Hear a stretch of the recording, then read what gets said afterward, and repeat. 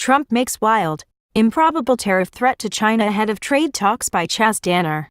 Chinese Vice Premier Liu He, shown here observing one of Trump's gestures at the White House early last month, will return to D.C. for talks beginning Wednesday.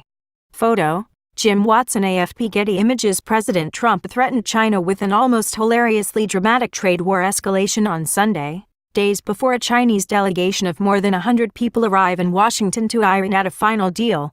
Signaling his impatience with what he claimed was a slowdown caused China's efforts to renegotiate the plan, Trump tweeted that he will more than double the current U.S. tariffs on some $200 billion of Chinese goods, from 10 to 25%, as well as add a new 25% tariff on another $325 billion worth of Chinese goods, and it will all happen on Friday, unless China does the deal. The trade talks don't even start until Wednesday. Regarding any efforts to renegotiate the deal, Trump insisted no. He also falsely claimed that the higher tariffs his administration enacted, which are paid by the U.S. companies importing Chinese goods and then usually passed along as higher costs to U.S. customers, were paid by China directly to the U.S., incurred little cost to Americans, and were partially responsible for our great economic results. Trade talks had been proceeding well enough that the Trump administration held off another, planned-in-advance tariff bump in March. Negotiations have reportedly become more contentious in the end stage. However, though U.S. officials said that last week's talks in Beijing were productive, several issues remain sticking points heading into this week's meeting, according to the Wall Street Journal, including the Trump administration's contentious demand that the U.S. retains a unilateral ability to reimpose tariffs without retaliation if it doesn't think China is holding to the deal. Another impasse is that China would like all of the Trump administration's tariffs rolled back immediately, while the U.S. wants to gradually reduce them as they confirm China is keeping its word.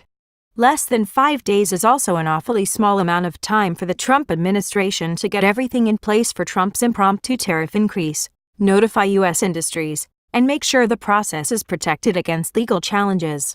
Whatever hurdles remain, President Trump loves high-drama power plays and treasures his self-conjured reputation as a master deal-maker, so his last-minute threat to launch a trade war nuke should have been expected.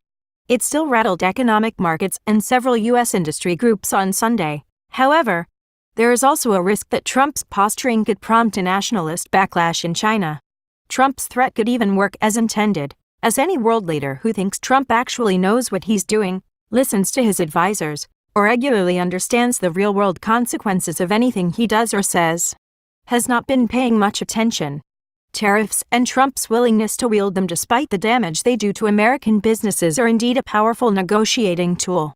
Plus, as economist and trade law expert Chad Bown told the Journal, while the tariff spike is probably an empty threat, with President Trump, you never know.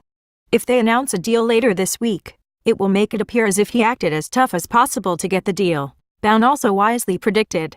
And if Trump's craziest guy in the ring room act is for real or seems real enough drive down the markets, the news coverage of bad economic numbers could make a quick and moderating impression on the president.